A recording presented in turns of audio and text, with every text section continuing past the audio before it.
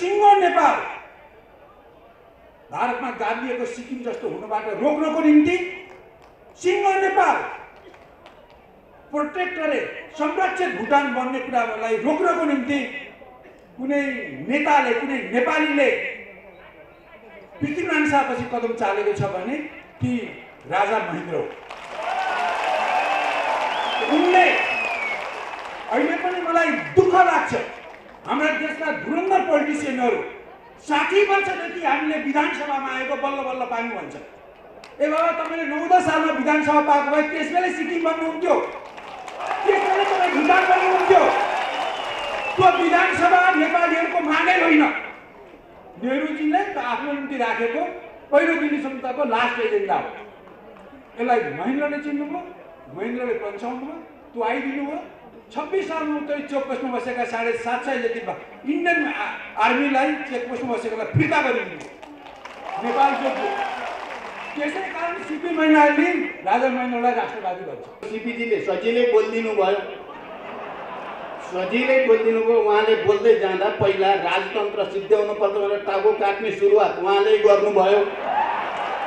अहिले तपाईँहरूको अगाडि महान राजा भनेर पनि बोल्नुभयो।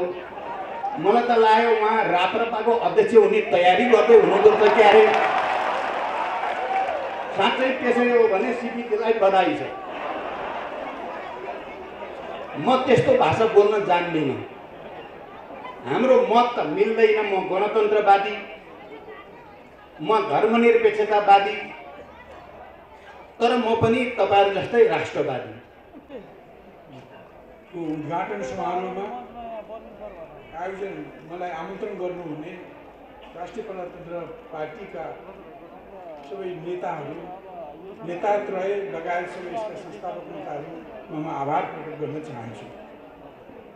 र सुरुमै म यो महाधिवेशन चाहिँ पूर्ण सफल होस्, यसले वाञ्छित लक्ष्य प्राप्त गर्न सकोस् भन्ने म शुभकामना दिन चाहन्छु। यो मेरो शुभकामनालाई जोड दिनको लागि मैले 2-1टा कुरा पृष्ठभूमिको उल्लेख गर्छु 5 मिनेटभित्र। हामीले अहिलेसम्म 7 सालदेखि अहिलेसम्म 4टा राजनीतिक परिवर्तन बिहोर्यौँ। 3टा यी सबै राजनीतिक परिवर्तनप्रति नेपालका राजनीतिज्ञहरूको पार्टीहरूको विश्लेषण चाहिँ मूल्याङ्कन एक पाखे रहेको हामीले अहिलेको 8औं राष्ट्रिय महाधिवेशन हामीले 27-29 कार्तिक चितवनमा गऱ्यौँ। त्यसमा हामीले संस्थागत गरेका छौँ। 7 साल, 46 साल, 63 सालमा जुन राजनीतिक परिवर्तन भयो निसन्देह ती डेमोक्रेटिक प्रजातान्त्रिक राजनीतिक परिवर्तन हुन्। तर हामीले के देख्यौँ इतिहास पढ्दा तथ्य केलाउँदा भने तिनीहरू डेमोक्रेटिक परिवर्तन मात्रै नभएर तिनीहरू अवांछित बाह्य प्रभाव र अनुचित बाह्य हस्तक्षेप सहितका डेमोक्रेटिक परिवर्तन हुन्। मैले व्याख्या गरिनँ, इतिहास पढेका छौँ र दुर्गति भोगेका छौँ। हामी प्रश्नै छौँ। आदरणीय मित्रहरू, हामीलाई तिनीहरूलाई अहिलेसम्म खालि डेमोक्रेटिक परिवर्तन भन्दै गयौँ र हामीमाथि थोपरिएका अवांछित बाह्य हस्तक्षेप प्रभाव र हस्तक्षेपहरूलाई हामीले अनदेखा गऱ्यौँ। सिवाय 7 सालपछि 2011 साल चैत 1 गते राजा बनेका राजा महेन्द्रले त्यसबेला दिल्ली सम्झौताबाट आएका जुन अवांछित प्रभाव र हस्तक्षेप थिए तिनीहरूका अधिकांशलाई उहाँले खारेज गरिदिनुभयो। र यदि उहाँले पहिलो दिल्ली सम्झौताबाट आएको 5औं कुरा विधानसभा भन्ने जुन संयन्त्र छ त्यसको चुनाव गरेर त्यसमार्फत नेपालको संविधान ल्याउने भन्ने जुन कुरा थियो त्यसभित्र लुकेको जो मनसाय थियो त्यसलाई देशका अरू नागरिक नेताहरूले बुझेको मैले देखिनँ। बुझे त युवराज महेन्द्रले, बुझे त राजा महेन्द्रले। त्यसको विरोध नगरिकन एक शब्द सार्वजनिक विरोध नगरिकन पछाउँदै विधानसभालाई टुहाइदिए तब हामी नेपाल आज जिउँदो छ। बडा महाराज धिराज पृथ्वीनारायण शाहको नेतृत्वमा 70 वर्ष लगाएर 72 वर्ष लगाएर एकीकरण भयो। त्यसपछिका कयौँ श्री 3 श्री 5हरूले एउटा दुईटा देशको पक्षमा काम गरेका छन्, म गइनँ। तर सिङ्गो नेपाल भारतमा गाभिएको सिक्किम जस्तो हुनबाट रोक्नको निम्ति सिङ्गो नेपाल प्रोटेक्टरेट संरक्षित भुटान बन्ने कुरालाई रोक्नको निम्ति कुनै नेताले कुनै नेपालीले पृथ्वीनारायण शाहपछि कदम चालेको छ भने ती राजा महेन्द्र हो। उनले अहिले पनि मलाई दुःख लाग्छ, हाम्रा देशका धुरन्धर पोलिटिसियनहरू 60 वर्षदेखि हामीले विधानसभामा आएको बल्ल बल्ल पायौँ भन्छ। ए बाबा, तपाईँले 9-10 सालमा विधानसभा पाएको भए त्यसबेलै सिक्किम बन्नुहुन्थ्यो, त्यसबेलै तपाईँ भुटान बन्नुहुन्थ्यो। त्यो विधानसभा नेपालीहरूको मागै होइन, नेहरूजीले त आफ्नो निम्ति राखेको पहिलो दिल्लीसम्मको लास्ट एजेन्डा हो। यसलाई महेन्द्रले चिन्नुभयो, महेन्द्रले पन्छाउनु भयो, त्यो आइदिनु भयो। 26 सालमा उतै चेकपोस्टमा बसेका 750 जति इन्डियन आर्मीलाई चेकपोस्टमा बसेकालाई फिर्ता गरिदिनु नेपाल जोड्यो। त्यसै कारण सिपी मैनालीले राजा महेन्द्रलाई राष्ट्रवादी भन्छ। मैले 2046 सालपछि प्रज्ञाको हलमा पनि भनेको थिएँ राष्ट्रवादी। यद्यपि उहाँको वे अफ डुइङ थिङ्समा म सहमत छैन। उहाँले 17 साल पुस गते जुन कदम चाल्नुभयो त्यसलाई हामीहरूले 8औं महाधिवेशनले भनेको छ त्यो दक्षिणपन्थी राष्ट्रवादी कदम थियो। दक्षिणपन्थी राष्ट्रवादी कदममा दक्षिणपन्थले निरङ्कुश तन्त्र ल्यायो, त्यसको पुरा विरोध गर्नु पर्थ्यो, मैले पनि गऱ्यौँ, त्यसलाई बदल्यौँ। तर राष्ट्रवादी कदम उहाँले समाज सुधारका जुन कदम छ त्यसलाई उत्तिकै 100% विरोध गर्नु गलत थियो। काङ्ग्रेसले विरोध गर्नु पनि गलत थियो, सिपी मैनालीले विरोध गर्नु पनि गलत थियो। अरूको त अरूले भन्ला। त्यसलाई हामीले विश्लेषणात्मक ढङ्गले हेर्नु पर्थ्यो र जति ठिक थियो त्यसलाई सकारात्मक भाव राख्ने, समर्थन गर्ने, जति कमजोर थियो आलोचना गर्ने गर्नु पर्थ्यो, गरेनौँ। मैले यति भने। अब अहिले यति भन्नु 46 सालको परिवर्तन पनि बाह्य अवाञ्छित प्रभाव र हस्तक्षेपको परिवर्तन हो।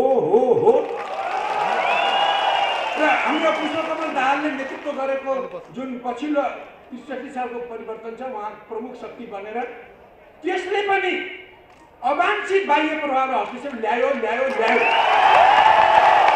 म तपाईँलाई भन्छु,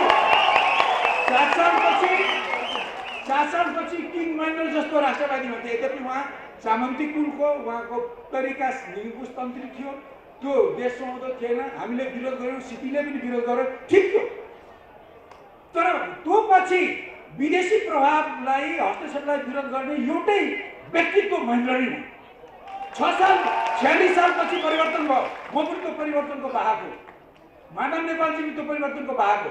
तर म तपाईँलाई ठोकेर भन्छु, 46 सालमा प्रजातन्त्रको बुई चढेर आएका विदेशी प्रभाव भनेको भारतको र युरोपियन युनियनका प्रभावहरूलाई हामीहरूले त्यसपछि बन्ने सरकारले एउटा पनि हटाएन। प्रचण्डजीहरूले 52 सालमै 50 सालमै सशस्त्र सङ्घर्ष र जनगणतन्त्र ल्याउँछु भन्नुभयो। हुन्न भनेर मैले उहाँहरू बाबुरामको घरमा त्यत्रो लामो कुरा गरेको, उहाँहरू जानुभयो। तर पछि सक्नु भएन, उहाँहरूले जनगणतन्त्र ल्याउन सक्नु भएन। तर अहिलेसम्म पनि आत्मविश्वास छैन, त्यो सक्नु भएन। तर त्यो सँगसँगै उहाँ पछि फर्कँदाखेरि जसले उहाँहरूलाई होस्ट आतिथ्य दिएको थियो उसैले उहाँहरूलाई आतङ्ककारी भन्यो। किनभने आफू खुसी नेपालका शक्तिसँग मिलेर उहाँहरू फिर्ता नहुनुहोस् भनेर आतङ्ककारी भन्यो। पछि आतङ्ककारी ट्याग निकाल्ने क्रममा उहाँहरूलाई कुछ त विदेशी एजेन्डाको भारी बोकाएर पठायो। यो भारीलाई 63 सालको परिवर्तनपछि न उहाँले एउटा हटाउनु भएको छ, न त्यसपछि बन्ने सरकारले एउटा हटाउनु छैन। त्यसकारण म भन्न चाहन्छु, हामीले हाम्रो हिस्ट्रीलाई तथ्यको आधारमा केलाउँ र जे गलत छ विरोध गरौँ, जे ठिक छ एक्लै गरौँ, समर्थन गरौँ। अहिले म भन्न चाहन्छु आदरणीय मित्रहरू, यसरी नेपालमा 7 साल, 46 साल, 63 सालको प्रजातन्त्रसँगै आएका अवाञ्छित बाह्य प्रभाव र हस्तक्षेपहरूले हामीलाई कजियायो। यसरी कजियायो साथीहरू कि 76 सालको कार्तिक 16 गते एउटा छिमेकीले एउटा गोली नपड्काई नक्साबाट हाम्रो 412 किलोमिटर जमिन आफ्नोमा पार्यो। एउटा गोली नपड्काई 7 साल, 46 साल, 63 सालमा आएका डेमोक्रेसीले हामीले जनतालाई कति इम्पावर गऱ्यौँ, जति कति सशक्त गऱ्यौँ त्यो हामीले छलफल गरौँला। तर राष्ट्र कमजोर भयो। गोली नपड्काइ 400 किलोमिटर जमिन लगाऊ, अहिले त्यसको कुरा गर्न खोज्यो भारतका शासकलाई भने सामने कुरा गरेर पनि यतापट्टि टाउको गर्नु पुरै गर्दैन। 72 ठाउँको अतिक्रमण छँदैछ, झन् अत्याचार बढेको छ। हिजो त गोली मात्रै ठोक्दै अहिले तुइन काटेर नेपाली मार्छन्, बढेको छ। हरेक क्षेत्रमा त्यो मुलुकले हामी माथि उत्पीडन बढाएको छ, किनभने 3टा कालमा जे आयो त्यसलाई हामीले स्वीकार गर्यौँ। यसैको कारणले आदरणीय मित्रहरू, यसको साथसाथै मैले अन्तिममा भने नेपाललाई कुरुक्षेत्र बनाएर चीनलाई तोड्नको निम्ति संयुक्त राज्य अमेरिकाले नेपालमा हस्तक्षेप बढाएको छ र यसले गर्दा यो बाह्य हस्तक्षेप अचानक बढेको छ। मैले नाप्न सक्दिनँ, अचानक बढेको छ। मित्रहरू, अब यो भित्र कुशासन भयो, मैले व्याख्या गरिनँ। भित्र समय अनुकूल अर्थतन्त्र बनाइएन, कोभिडलाई ठिक ढङ्गले प्रभावकारी ढङ्गले सामना गरिएन, देश अव्यवस्थामा गयो, देश सङ्कटमा गएको छ। देशभित्र अवस्था र सङ्कटको शिकार छ, बाहिरबाट चर्को हस्तक्षेप छ। देश यस्ता दुईटा कुराको खालमा जाकिएको छ। आज त्यो खालबाट देशलाई निकाल्ने कसले? देशभक्तहरूले कुन देशमा 4 खाले प्रवृत्तिहरू छन् राजनीतिका। कम्युनिस्टहरू छन्, गैर कम्युनिस्ट वामपन्थी छन्, प्रजातन्त्रवादी छन् र राष्ट्रवादी छन्। राष्ट्रवादी ती हुन् जसले राजा, देउता, धर्म, कर्म, परम्परा मानेर पोलिटिक्स गर्छ। राष्ट्रवाद एउटा राजनीतिक प्रवृत्ति पनि हो। 4टा प्रवृत्ति छन्। यी 4वटै प्रवृत्तिमा कम्युनिस्ट, गैर कम्युनिस्ट, वामपन्थी, प्रजातन्त्रवादी, राष्ट्रवादीमा देशभक्तहरू पनि छन्, विदेशभक्तहरू पनि छन्। कम्युनिस्टमा पनि विदेशभक्त छन्, वामपन्थीमा छन्, प्रजातन्त्रवादी, राष्ट्रवादी सबैमा विदेशभक्त छन्।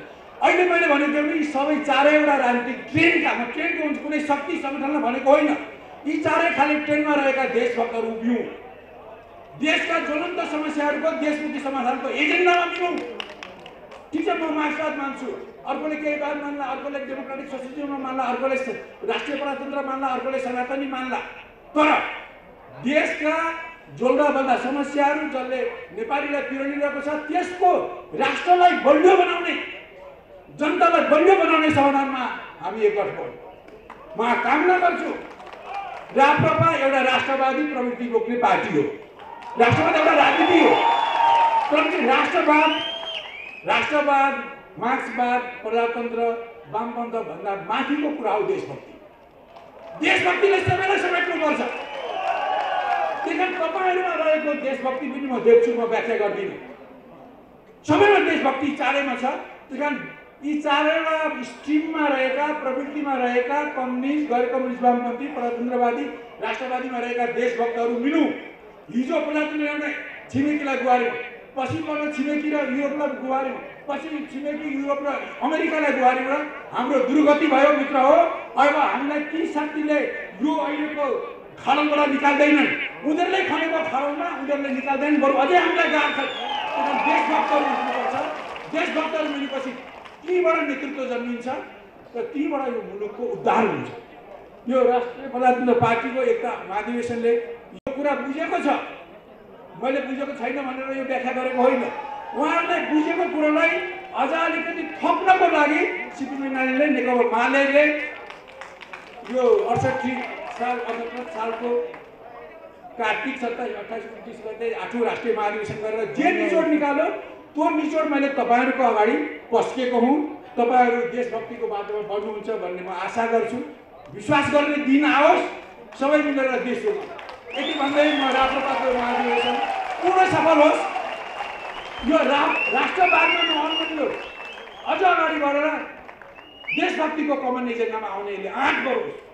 धन्यवाद। धन्यवाद उद्घोषकजीलाई। राष्ट्रिय प्रजातन्त्र पार्टीको एकता महाधिवेशन उद्घाटन समारोहका सभापति तथा अध्यक्ष रहे सबै पदाधिकारीहरू, विभिन्न राजनीतिक दलका प्रतिनिधि साथीहरू र यो एकता महाधिवेशनमा उपस्थित सम्पूर्ण प्रतिनिधि, पर्यवेक्षक, पत्रकार र अन्य मित्रहरू, सबभन्दा पहिला त म पनि राष्ट्रिय प्रजातन्त्र पार्टीको यो एकता महाधिवेशनको पूर्ण सफलताको निम्ति हाम्रो पार्टीको तर्फबाट र मेरो तर्फबाट हार्दिक शुभकामना व्यक्त गर्न चाहन्छु र म नेतृत्वलाई विशेष रूपले धन्यवाद दिन चाहन्छु। तपाईहरुले जे गर्नुभयो यो महाधिवेशनको नाम पनि त्यही राख्नुभयो। तपाईहरु तीनटा मिल्नु भयो फेरि र महाधिवेशनको नाम एकता महाधिवेशन राख्नुभयो। त्यस अर्थमा धन्यवाद दिन्छु। तर नेपालमा पार्टी फुटाएर 3 टुक्रा पार्ने नाम चाहिँ एकता महाधिवेशन राख्ने पनि भर्खरै हामीले देखेका छौँ। त्यस्तो झुटो कुरा चाहिँ तपाईहरुले गर्नु भएन। कम्तीमा पार्टी चाहिँ फुटाउने नाम चाहिँ एकता राख्ने त्यस्तो गर्नु भएन। जाली झेली तरिका तपाईहरुले जे गर्नुभयो त्यही राख्नुभयो।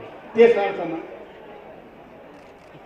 मैले 3 वर्ष 4 वर्ष अगाडि पनि तपाईहरुको एकता अधिवेशनमा बोलेको थिएँ र मैले त्यति बेला पनि सफलताको शुभकामना भनेको थिएँ। अहिले पनि भने तपाईहरुको र हाम्रो विचार र मत त्यति मिल्दैन,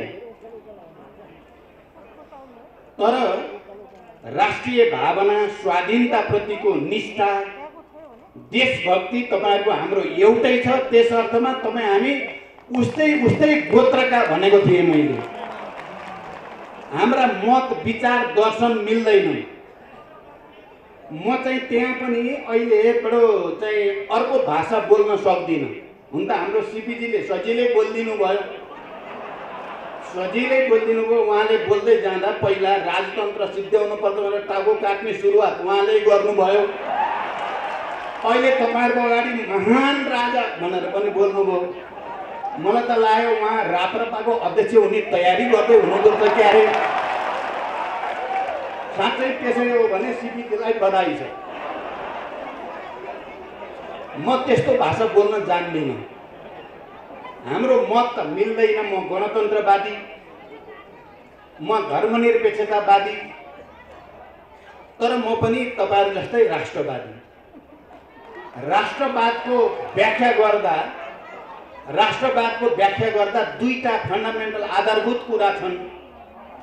एउटा राष्ट्रवाद भन्ने बित्तिकै अलि बढी हिजोको इतिहासमा भएका सकारात्मक र गौरवपूर्ण कुराहरूलाई आधार बनाएर अहिले पनि इतिहासतिरै फर्किन खोज्ने राष्ट्रवाद, एउटा नेपालका सम्पूर्ण जनतालाई राष्ट्रवादको आधार मान्दै जनतातिर नै फर्किन खोज्ने राष्ट्रवाद। मैले यो देशका सबै मजदुर किसानहरू, सबै उत्पीडित मधेसी, आदिवासी, जनजाति, दलित, महिला, थारू लगायत सबैको पहिचान र अधिकारको लडाई लडेकै हो। म राष्ट्रिय प्रजातन्त्र पार्टीका नेताहरू र तपाईँ कार्यकर्ताहरूलाई यस अर्थमा पनि धन्यवाद दिन चाहन्छु। तपाईहरू आफ्नो विचार र राजनीतिक मतमा भिन्नता हुँदाहुँदै पनि देशमा राजनीतिक अराजकता र अस्थिरता पैदा नहोस् भन्नको निम्ति, देशले गति लिइराखोस् भन्नको निम्ति संविधान सभाबाट संघीय लोकतान्त्रिक गणतन्त्रको संविधान बनाउन तपाईहरू सबैले मद्दत गर्नुभयो। यस अर्थमा तपाईहरूको देशभक्ति तपाईहरूले एकचोटि फेरि भिन्न परिस्थितिमा पनि प्रमाणित गरेको म ठान्दछु। त्यस अर्थमा तपाईहरू धन्यवादको पात्र हुनुहुन्छ। मलाई लाग्छ हामी इतिहासप्रति गर्व गर्नुपर्दछ। नेपाल राष्ट्रको स्वतन्त्रता र स्वाभिमानलाई अक्षुण्ण राख्न हिजो नेपालीहरूले प्रदर्शन गरेको वीरता, त्याग, बलिदान, त्यसका कीर्तिमानहरू, त्यसको नेतृत्व गरेका राजा महाराजाहरूप्रति पनि हामी गर्व गर्न सक्छौँ। तर आज युग फेरिएको छ। आज हामी 21औं शताब्दीमा छौँ। लोकतन्त्रको परिभाषा नयाँ स्तरबाट व्याख्या गरिएको छ। जनताको भूमिका नयाँ ढङ्गले परिभाषित छ। त्यसकारण हामीले इतिहासमा गर्व गर्दै गर्दा वर्तमानलाई बिर्सिन हुँदैन र वर्तमानको विश्लेषण गर्दै गर्दा भविष्यतिर हाम्रो ध्यान जानै पर्छ। भविष्यमा आउने पिढीले कस्तो राष्ट्र हामीले विरासतको रूपमा दिने हो भन्ने कुरामा हामी सबै गम्भीर हुनै पर्दछ। विचारमा विविधता हुनु, मतभिन्नता हुनु स्वाभाविक कुरा हो। इतिहासमा मानव जातिको विकास, समाजको विकासको सम्पूर्ण प्रक्रियामा हामीले देखेका छौँ। विभिन्न दर्शन, राजनीतिक मतहरू, संस्कृतिहरू, परम्पराहरूको बिचमा लगातार बहस सङ्घर्ष हुँदै आएको छ र त्यही बहस विवादको बिचबाट समाजले गति लिँदै आएको छ। नेपाल पनि त्यसबाट अछुतो छैन। नेपालमा पनि अहिले विभिन्न राजनीतिक दल, विभिन्न राजनीतिक दर्शन, मत, मतान्तरको बिचबाट हामी सबै नेपाली समाजलाई रूपान्तरणको एउटा प्रक्रियातिर अगाडि बढाउन चाहेका छौँ। हाम्रा मतभिन्नताका बावजुद देशमा शान्ति सम्झौता भइसकेपछि अब शान्ति कायम रहिराखोस्, स्थिरता बनिराखोस् र विकासले गति लिइराखोस् भन्नको निम्ति हामी सबै जिम्मेवार बन्नुपर्ने आवश्यकता छ। मैले जहिले पनि शान्ति सम्झौतामा आएदेखि तपाईहरुसँग पनि आम नेपाली जनताको अगाडि नयाँ राष्ट्रिय एकताको आवश्यकताको कुरा, तराई मधेस पहाड हिमालको एकताको आवश्यकता कुरा, राजनीतिक विवादको बिचमा पनि लोकतान्त्रिक विधि प्रणालीद्वारा त्यसलाई सम्बोधन गर्ने, व्यवस्थापन गर्ने र राष्ट्रको हित र स्वाधीनतालाई अक्षुण्ण राख्न एकजुट हुने कुराको अपिल गर्दै आएको छु। तपाईहरुलाई थाहा छ, संविधान घोषणा भइसकेपछि पनि देशको राष्ट्रिय एकता के हुने हो भन्ने चिन्ता हामी सबैलाई थियो। तराई मधेसमा अहिले अनिलजीले भने जस्तै एउटा आन्दोलनको वातावरण थियो। कसरी तराई मधेसका जनतालाई सम्बोधन गर्ने र राष्ट्रिय एकतालाई अक्षुण्ण राख्ने मात्र होइन, सुदृढ गर्ने भन्ने गम्भीर चिन्ता हामी सबैलाई थियो।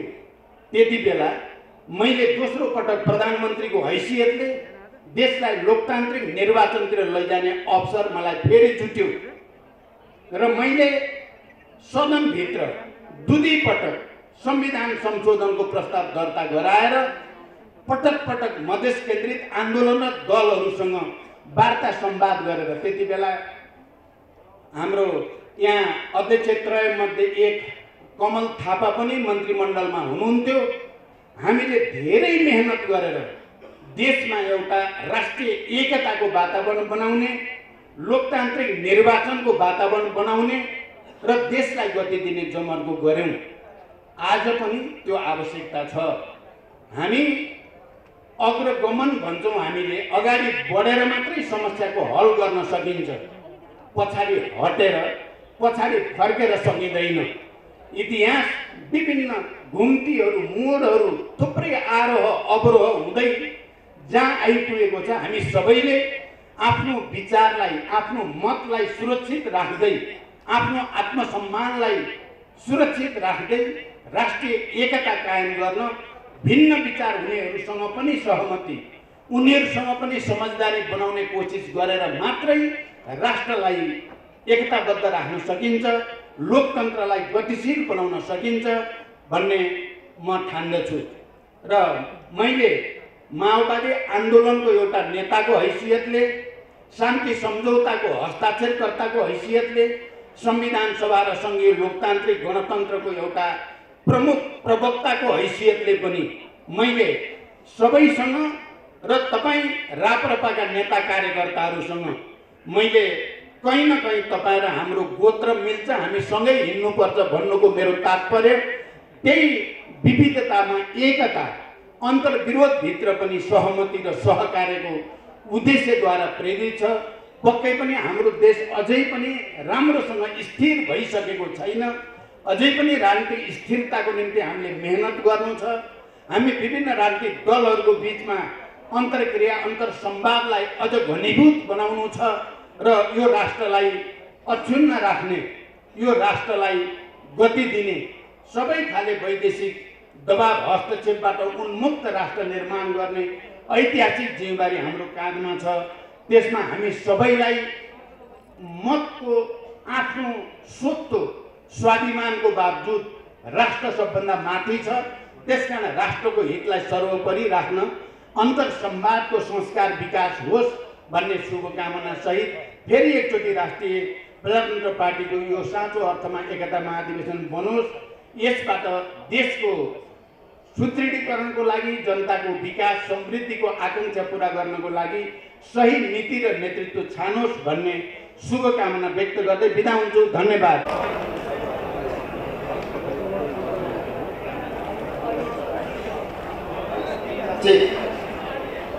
महाधिवेशन उद्घाटन समारोह का सभापति, पार्टी का अध्यक्ष आदरणीय पशुपति शमशेर राणा जी, पार्टी का अर्का आदरणीय अध्यक्ष डॉक्टर प्रकाश चंद्र लोहनी जी, पार्टी का शीर्षस्थ नेताजीहरू, यहाँ उपस्थित महाधिवेशन का प्रतिनिधि साथीहरू, पार्टी का सहयोगी शुभचिन्तक साथीहरू, पत्रकार मित्रहरू, विभिन्न टेलिभिजन र अनलाइन सञ्चार माध्यमबाट विश्वभरि प्रत्यक्ष प्रसारण हेरिरहनु भएका सम्पूर्ण दाजुभाइ तथा दिदीबहिनीहरू, हामी हाम्रो गौरवशाली पार्टी राष्ट्रिय प्रजातन्त्र पार्टीको ऐतिहासिक एकता महाधिवेशनमा उपस्थित भएका छौँ। म सर्वप्रथम त महाधिवेशनमा सहभागी हुनुभएका सम्पूर्ण प्रतिनिधि साथीहरूमा हार्दिक बधाई सहित स्वागत अभिवादन गर्न चाहन्छु। तपाईहरु सबैमा महाधिवेशन सफलताको शुभकामना समेत व्यक्त गर्न चाहन्छु। अहिले विभिन्न राजनीतिक दलका हाम्रा पाहुना अतिथिहरू गइसक्नु भएको छ। अघि सँगै नजिक बस्दा माओवादी केन्द्रका अध्यक्ष प्रचण्ड र नेकपा समाजवादीका अध्यक्ष माधव कुमार नेपाल सँग मेरो केही कुराकानी भइरहेको। उहाँहरूले सोध्नुभयो, अनि तपाईहरुको यो एकता महाधिवेशन कति पटक हुन्छ भनेर सोध्नु। मैले उहाँलाई भने अब तपाईहरुलाई पार्टीको अर्को एकता महाधिवेशनमा हामी निमन्त्रणा गर्ने छैन, किनभने यो हाम्रो अन्तिम एकता महाधिवेशन हो। अब भविष्यमा राष्ट्रिय प्रजातन्त्र पार्टीलाई कहिल्यै फुट्न नदिने संकल्प हामीले गरिसकेका छौँ। यसर्थ अब तपाईहरुलाई हामी नियमित महाधिवेशनमा बोलाउँछौँ। एकता महाधिवेशन गर्नुपर्ने आवश्यकता नै पर्दैन। आदरणीय साथीहरू, तत्कालीन राष्ट्रिय प्रजातन्त्र पार्टी र राप्रपा संयुक्तका बीचमा 2076 साल फागुनमा एकीकरण भएपछि यो पहिलो महाधिवेशन, त्यसर्थ यो एकता महाधिवेशन, यो एकता महाधिवेशनले केवल भाषणमा मात्र होइन, मन, वचन र कर्मले एकता महाधिवेशनको रूपमा हामीले स्थापित गर्नु पर्दछ। यो महाधिवेशन सकेर जब तपाईं हामी आफ्नो आफ्नो घर गाउँमा पुग्दछौँ, हामीले नेपाली दाजुभाइ तथा दिदीबहिनीहरूलाई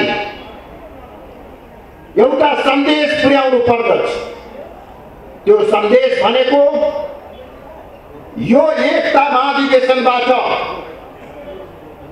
हामीले अब कहिल्यै पार्टी फुट्न नदिने, नफुटाउने संकल्प गरेर आएका छौं भन्ने सन्देश हामीले दिनुपर्छ।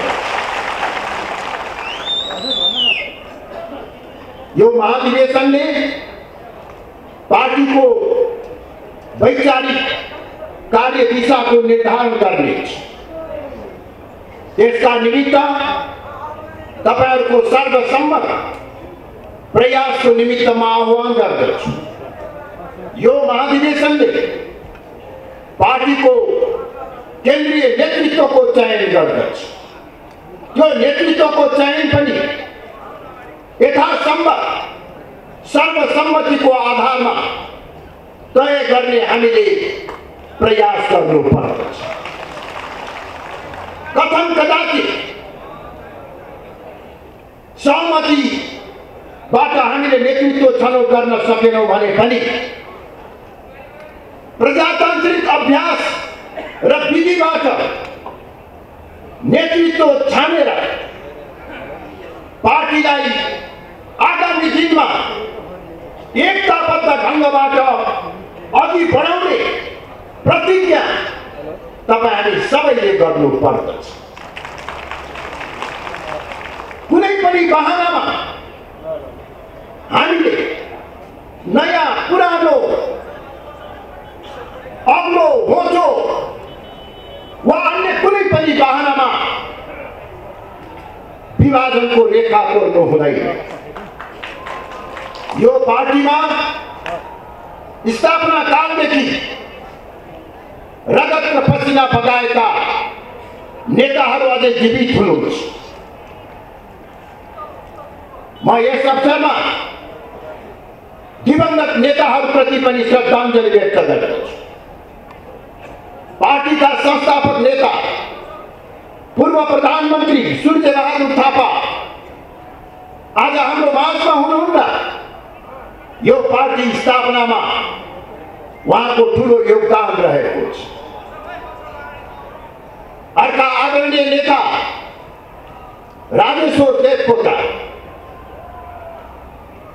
रविन्द्रनाथ शर्मा, पद्मसुन्दर लावती, जोगमेर श्रेष्ठ, हेमबहादुर मल्ल, कृष्णचरण श्रेष्ठ, चन्द्रबहादुर गुरुङ लगायतका थुप्रै नेताहरूले यो पार्टी स्थापनाको निमित्त योगदान पुर्याउनु भएको छ।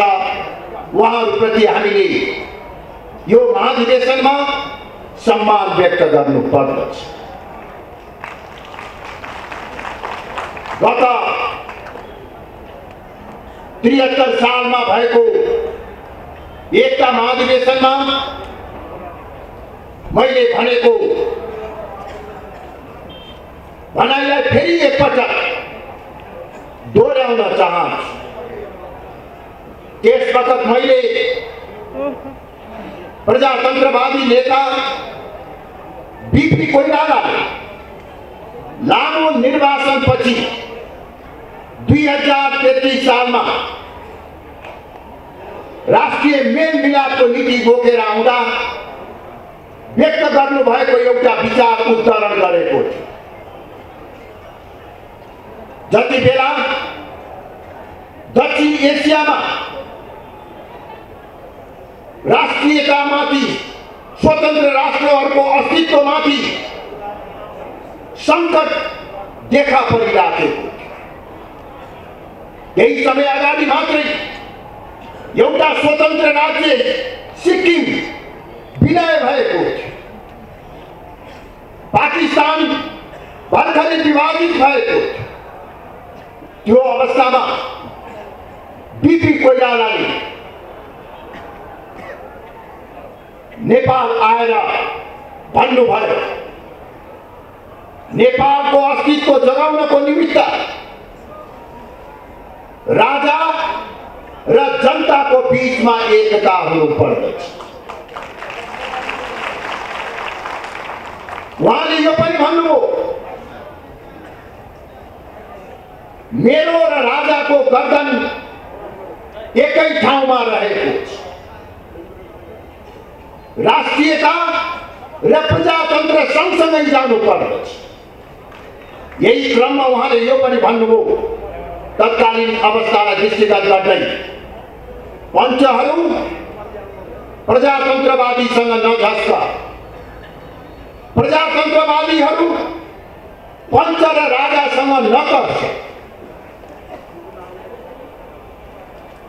अहिलेको विश्व परिवेश अझ बढी सङ्कटपूर्ण हुँदै गइराखेको छ।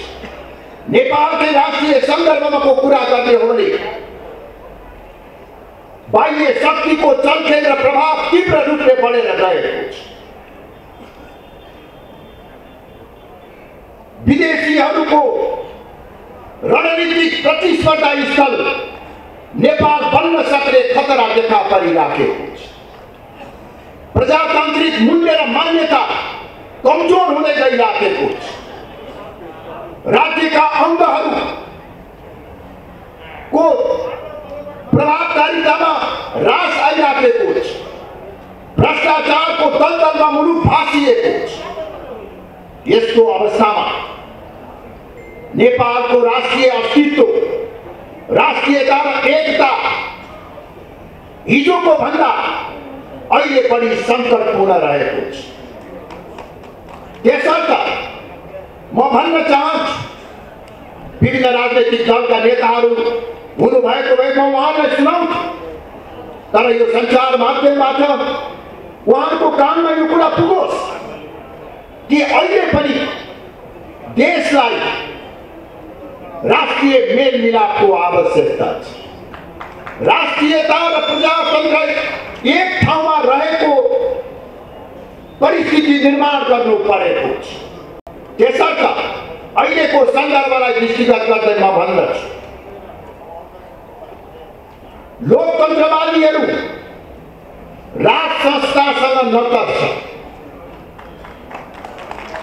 राज संस्था पक्षधरहरू लोकतन्त्रबाट नडराउ नजस्छ। अहिलेको आवश्यकता परिवर्तनकारी शक्ति र परिवर्तनकारी विचार,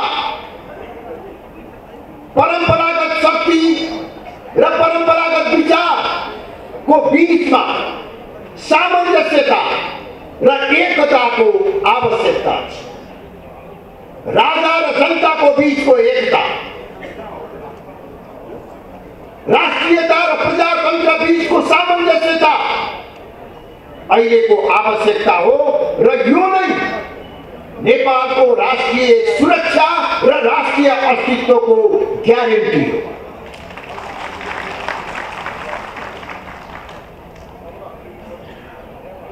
नेपालमा जुनसुकै पृष्ठभूमिबाट भएको भए पनि 63 सालपछि नयाँ बाटोबाट देशलाई हिँडाउने प्रयास गर्यो।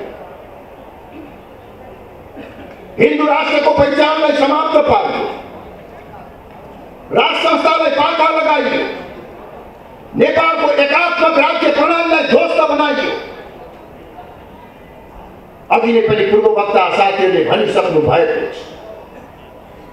यो सबै राजनीतिक परिवर्तनको उद्देश्य देशमा शान्ति, स्थायित्व, राष्ट्रियताको सुदृढीकरण, प्रजातन्त्रको सबलीकरण र सबल र समृद्ध नेपाल निर्माण, प्रत्येक नेपाली जनताको अनुहारमा हाँसो र उज्यालो ल्याउने त्यो परिवर्तनको लक्ष्य बताइएको थियो।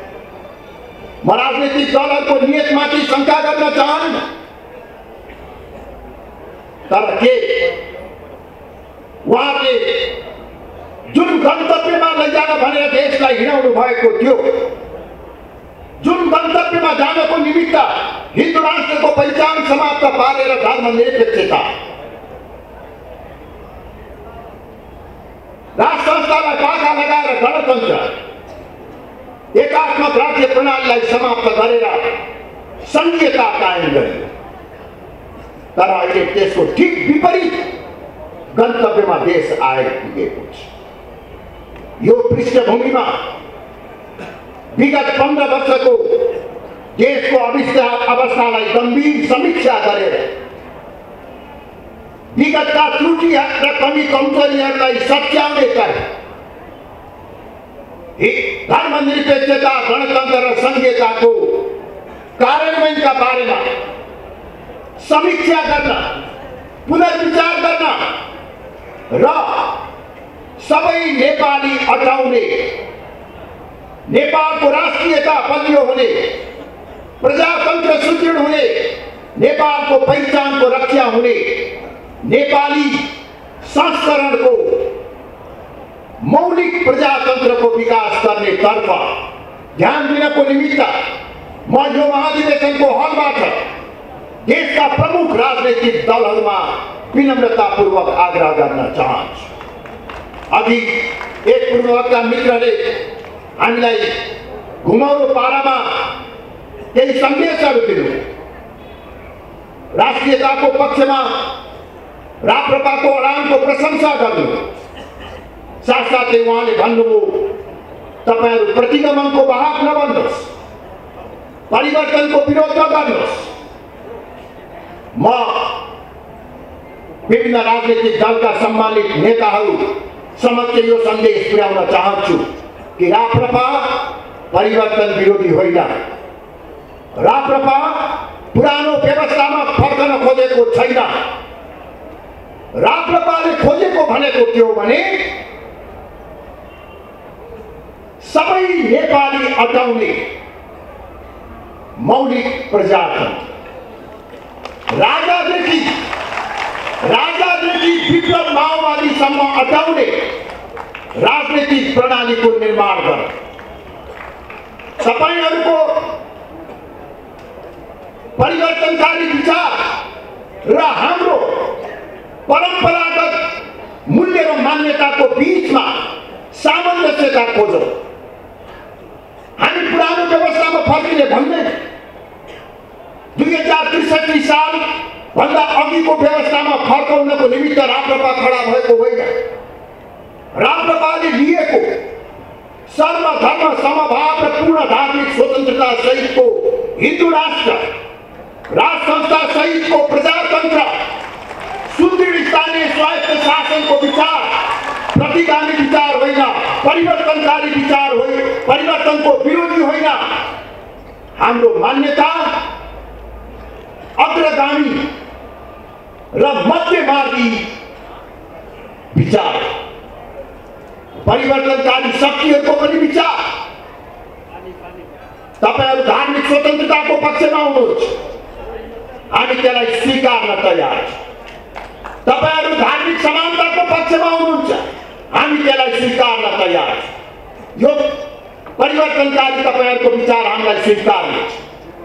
यो सँगसँगै सदियौंदेखि कायम रहँदै आएको सनातन धर्मको रक्षा गर्ने र हिन्दू राष्ट्र स्थापना गर्ने काम सँगसँगै जान सक्दछ। यो असम्भव छैन।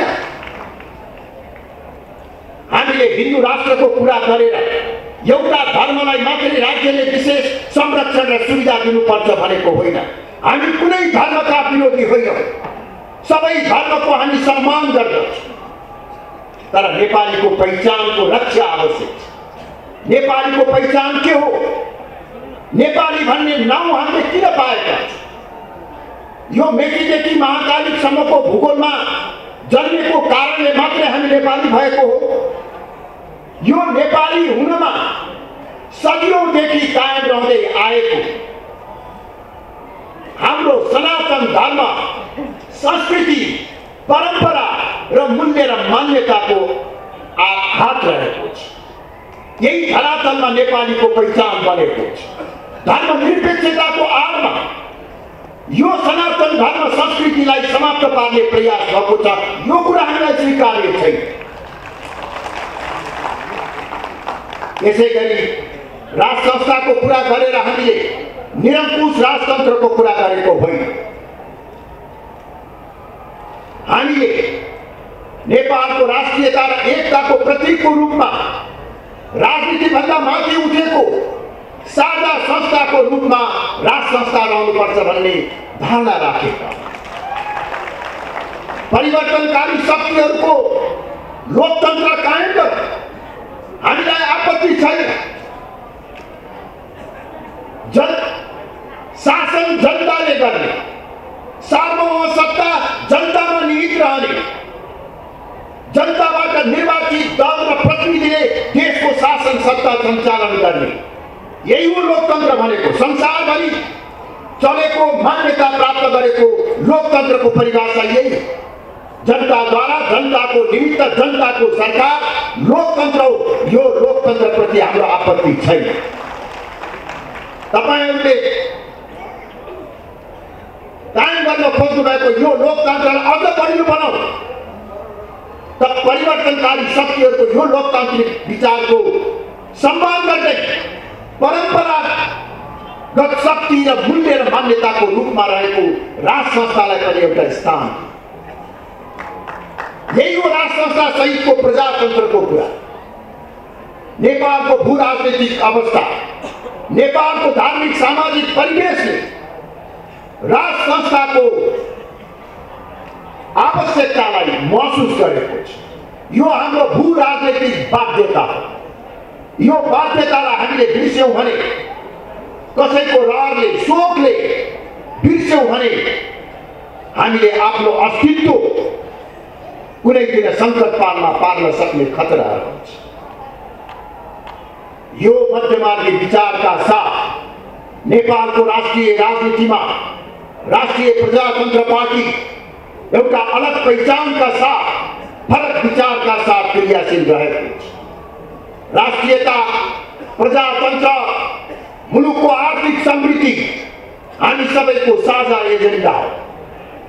यो राष्ट्र निर्माणको लक्ष्य प्राप्त गर्ने क्रममा तपाईहरु राष्ट्र संस्थालाई निषेध गरेर, हिन्दू धर्म वा हिन्दू राष्ट्रलाई निषेध गरेर गणतन्त्र र धर्मनिरपेक्षताको आधारमा अघि बढ्न खोज्नुहुन्छ।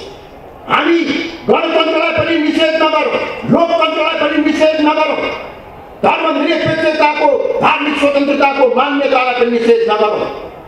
सबै मिलेर एउटा मध्यमार्गी बाटोबाट अगाडि बढौँ भन्ने हाम्रो पार्टीको मान्यता हो, जसलाई हामीले सरल भाषामा भन्यो भने राष्ट्रियता, प्रजातन्त्र र उदारवादको बृहत चिन्तनमा आधारित संवर्धनवाद भन्ने गरेका छौँ। यो संवर्धनवाद निरन्तरता सहितको परिवर्तन हो। यो संवर्धनवाद वैदिक सनातन मूल्य र मान्यतामा आधारित दर्शन। यो संवर्धनवाद राष्ट्रियता र प्रजातन्त्रको पक्षपाती। यही वास्तविकताका साथ राप्रपा अगाडि बढिरहेको छ। ६२-६३ को आन्दोलनको आँधीबेहरीमा पनि हामीले दृढतापूर्वक यो मान्यतालाई बोकेर हिँड्यौं।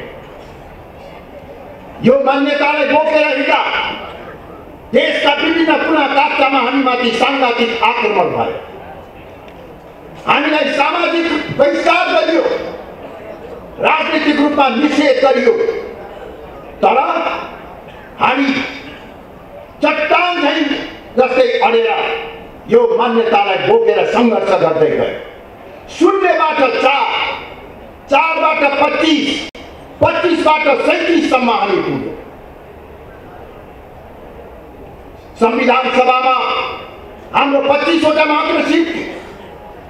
हामीले हिन्दू राष्ट्र संस्था स्थापना गर्न सकेनौं संख्याको कमीले गर्दा। तर यो नयाँ संविधानमा हामीले हिन्दू राष्ट्र संस्था सहितको प्रजातन्त्रको एजेन्डा बोकेर जनताको माझमा जाने र जनताको अभिमत लिएर परिवर्तन गर्ने अधिकारलाई सुनिश्चित गर्यो, जसको कारणले गर्दाखेरि आज हामीले उठाएका मान्यताहरू संविधान विरोधी मान्यता होइन। संविधानले दिएको अधिकारको प्रयोग। जब संविधान निर्माण भयो, हाम्रो अगाडि एउटा यक्ष प्रश्न खडा भयो, अब के गर्ने? संविधानमा हामीले हिन्दू राष्ट्र लेखाउन सकेन, राष्ट्र संस्थालाई स्थान दिन सकेन। यो अवस्थामा के गर्ने? एकातिर संविधानलाई च्यातेर विद्रोहमा जान सक्ने बाटो, यो विद्रोहको बाटो हामीले उपयुक्त ठानेन। किनभने 10 वर्षको जनयुद्ध भोगेको देशले फेरि अर्को विद्रोहलाई धान्न सक्ने अवस्था थियो। त्यो अवस्थामा हामीले प्रजातान्त्रिक मूल्य र मान्यतालाई आत्मसात गर्दै संविधान र संवैधानिक व्यवस्थासँग सहकार्य गर्दै आफ्ना मान्यताहरू स्थापित गर्ने दिशामा अग्रसर हुने हामीले रणनीति अवलम्बन गर्यौं। यसको अर्थ हामी संघर्षमा नजाने, आन्दोलनमा नजाने भन्ने होइन। हाम्रो रणनीति भने यो पार्टीका सबै तहका कार्यकर्ताहरूले ठिक ढङ्गबाट बुझ्नु पर्दछ। कतिपयलाई लागेको छ राप्रपाले कहिले 2/3 बहुमत लिएर आउने संसदमा अनि 2/3 बहुमत लिएर आएर संविधान संशोधन गरेर राजालाई कहिले राख्ने, हिन्दू राष्ट्र कहिले ल्याउने भन्ने चिन्ता पनि व्यक्त गर्दछ।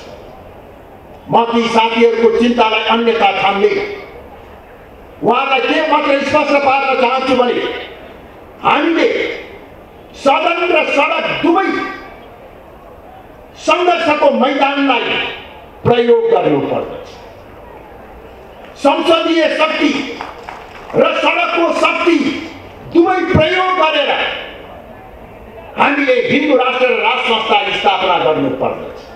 यही रणनीति अन्तर्गत हामी अगाडि बढिरहेका छौँ। जुन दिन राप्रपाले संसदमा सम्मानजनक अवस्था प्राप्त गर्न सक्दछ, जुन दिन राप्रपाले काठमाडौँको सडकमा 1 लाख भन्दा बढी मानिस निरन्तर रूपमा उतार्न सक्दछ, त्यो अवस्थामा संविधानको 2/3 बहुमतको धारा फर्केर राप्रपा बस्दैन। संसदको शक्ति र सडकको शक्तिबाट नागार्जुनमा रहेका राजालाई नारायणीमा राख्ने काम जनताले गर्दछ। त्यसैले राप्रपाको अहिलेको नारा भनेको राजा आऊ देश बचाऊ होइन।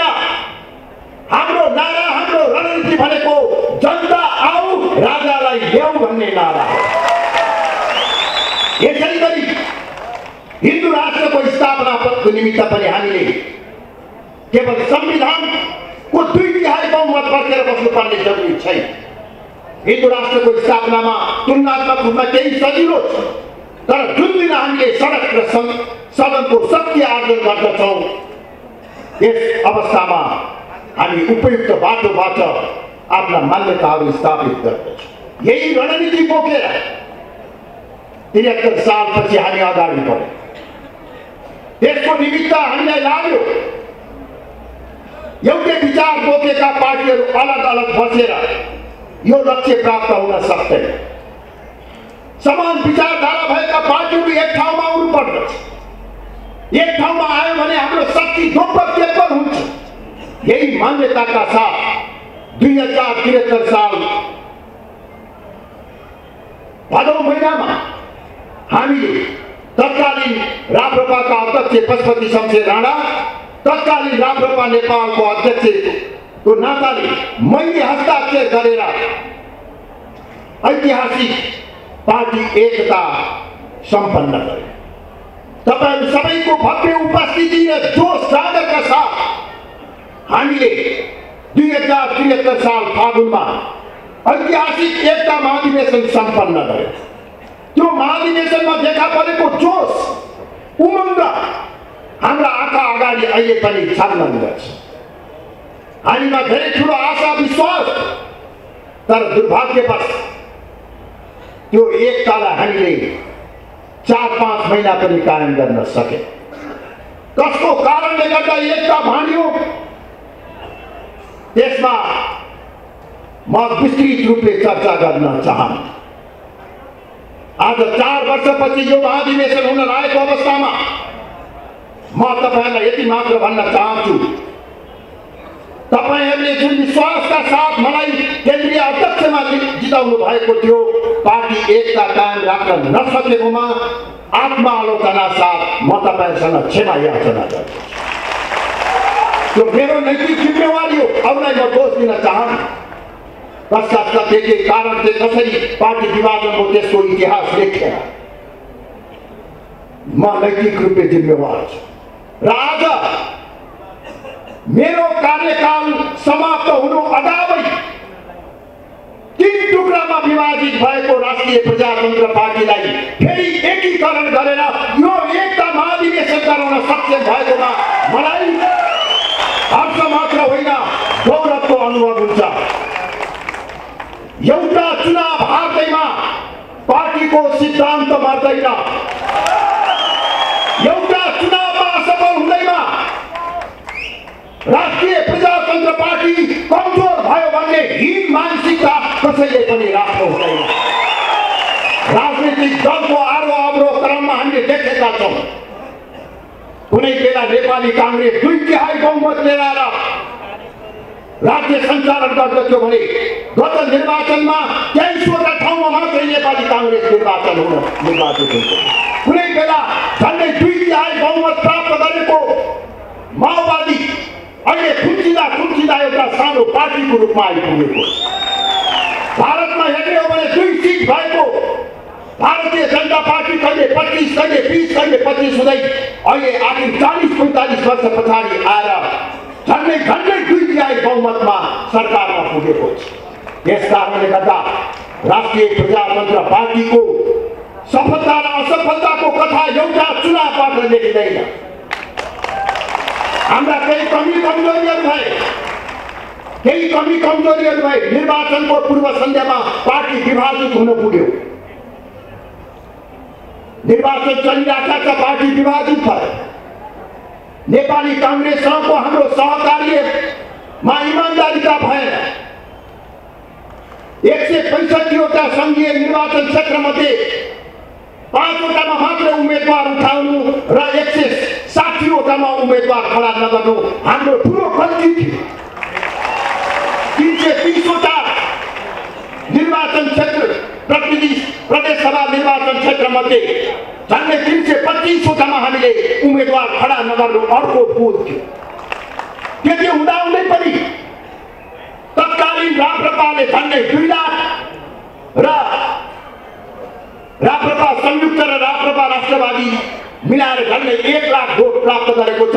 त्यो दुईटा जोड्ने हो भने त त्यही बेलामा पनि त्यसको प्रतिकूल अवस्थामा पनि 3% सजिलैसँग पुगेको छ।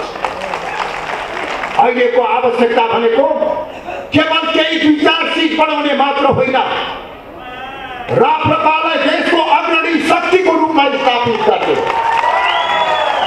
राप्रपालाई हामी अग्रणी शक्तिको रूपमा स्थापित गराउन सक्दछौँ।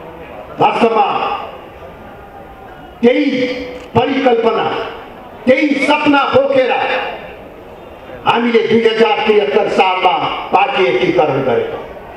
त्यो बेलामा एक्लै हुँदा पनि राप्रपा नेपालले ठुलो उचाइ पुर्याइसक्दा, तर एक्लैले हुँदैन। मिलेर हामीले काम गर्न पायौँ भने अझ त्योभन्दा बढी उचाइमा पुर्याउन सकिन्छ। हिन्दू राष्ट्र संस्था स्थापना चाँडोभन्दा चाँडो हाम्रै कार्यकालमा गर्न सकिन्छ भन्ने सपना बोकेर हामीले एकता गरेका, तर दुर्भाग्यवश एकता अडाएर राख्न सके र निरन्तर झन्डै 2-2.5 वर्षको मेहनतपछि कैयौं सम्झौता गरेर, केही त्याग गरेर, केही असहज व्यवस्था गरेर भए पनि आज फेरि पार्टी एक भएको छ। अब पार्टी एकता कहिल्यै नखल्बलिने, अब भविष्यमा पार्टी कहिल्यै नटुक्र्याउने, टुक्रिन नदिने हामी 3 जनाले गीता छोडेर कसम खाएका छौँ। यसैले तपाईहरु ढुक्क हुनुहोस्। आदरणीय पशुपति शमशेर जबरा, डाक्टर प्रकाश चन्द्र लोहनी जो यो पार्टीका खम्बा हुनुहुन्छ, यो पार्टीका सम्पदा हुनुहुन्छ, उहाँहरूबाट विगतमा हामीले धेरै ठुलो महत्त्वपूर्ण योगदान प्राप्त गरेका छौँ।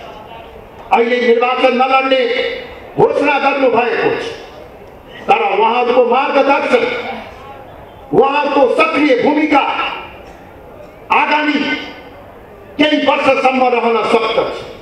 म उहाँलाई आग्रह गर्न चाहन्छु, हामी एउटा फेरि अधुरो सपना बोकेर हिँडिराखेका छौँ। हिजोको अधुरो काम पुरा गर्नको निमित्त पार्टी एक गरेका छौँ। त्यो अधुरो काम र त्यो अधुरो सपना एक्लैले पुरा गर्न सक्ने भएको भए म फेरि पनि पार्टी एकता गर्दैनथे। तपाईहरुको सहयोगको आवश्यकता पर्छ, तपाईहरुको मार्गदर्शनको आवश्यकता पर्छ भन्ने ठानेर हामीले एकता गरेका छौँ। अब हामी सबै मिलेर म सबलाई आह्वान गर्न चाहन्छु, हाम्रो पार्टीले केही उदयमान नेताहरू तयार गरेको छ, केही लोकप्रिय नेताहरू तयार गरेको छ, केही क्षमतावान नेताहरू तयार गरेको छ। अहिले हामी सबै मिलेर यो पार्टीका संस्थापक नेता लोकेन्द्र बहादुर चन्द, जसको यो पार्टीको स्थापना कालदेखि नै महत्त्वपूर्ण योगदान दिँदै आएको छ, वयोवृद्ध उमेरमा पनि पार्टीलाई हौसला प्रदान गर्नुहुन्छ। उहाँदेखि लिएर सबैभन्दा कान्छा उमेरका पार्टीका कार्यकर्ता साथीहरू एक ढिक्का भएर यो पार्टीलाई एक पटक जुरुक्कै उठाऊ, एक पटक जुरुक्कै उठाऊ। हिजो इतिहासका विभिन्न कालखण्डमा विभिन्न परीक्षामा खरो उत्रेका यो नेतृत्व पंक्ति छ। हामीहरू पशुपतिजी प्रकाशजीको मेरोभन्दा 10-12 वर्ष लामो राजनीतिक इतिहास छ, मेरो पनि झन्डै 45 वर्षको राजनीतिक इतिहास यात्रा छ। तर हामीलाई राजनीतिक रूपमा हाम्रा केही निर्णयहरू विवादास्पद भयो होला, हामीलाई यदाकदा हाम्रा क्रियाकलापहरू आलोचना भयो होला, तर यो नेतृत्व पंक्तिलाई बेइमानी गरेको, भ्रष्टाचार गरेको, ब्रह्मलुट लगा गरेको कसैले आरोप लगाउन सक्दैन। यो इमान र जवान भएको राष्ट्रवादी नेतृत्व पंक्ति हामीसँग छ, हामीसँग सशक्त विचार, समय काल परिस्थितिले प्रमाणित गरेको विचार। त्यसर्थ कुनै पनि बहानामा विभाजनको रेखा नकोलिकन सबै एकजुट भएर लागौँ। राप्रपा अहिले सबभन्दा कमजोर छ, यो कमजोरी भन्दा तल जाने ठाउँै छैन छ त भन्नुहोस्। अब यो भन्दा तल कति जाने? अब त माथि जाने हो। 4 वर्ष धैर्य गर्नुहोस्। हामी सबै मिलेर एउटा बलियो पार्टी बनाएर युवा पुस्तालाई हस्तान्तरण गरेर अगाडि बढ्न तयार। त्यो एकताको निमित्त आह्वान गर्दै सहमति र सर्वसम्मतिको आधारमा नेतृत्व चयन गरेर यो देशमा राप्रपालाई एउटा जागरूक शक्तिको रूपमा, राष्ट्रियताको पहरेदारको रूपमा, प्रजातन्त्रको पहरेदारको रूपमा यो पार्टीलाई स्थापित गर। त्यो सम्भव छ। यो महाधिवेशनले त्यस दिशातर्फ महत्त्वपूर्ण योगदान पुर्याउन सकोस्। प्रत्येक साथीहरूको व्यक्तिले आफ्नो विवेकको प्रयोग गर्नुहोस्, कुनै पनि किसिमको प्रभावमा नपरिकन अहिलेको आवश्यकताको पहिचान गर्नुहोस् र राष्ट्रिय प्रजातन्त्र पार्टीको एकताको पक्षमा यो महाधिवेशनले निर्णय गर्न सकोस्। यो महाधिवेशन पार्टीको इतिहासमा कोसे ढुङ्गा बन्न सकोस् भन्ने आग्रह गर्दै म बिदा हुन चाहन्छु। तपाईहरु सबैमा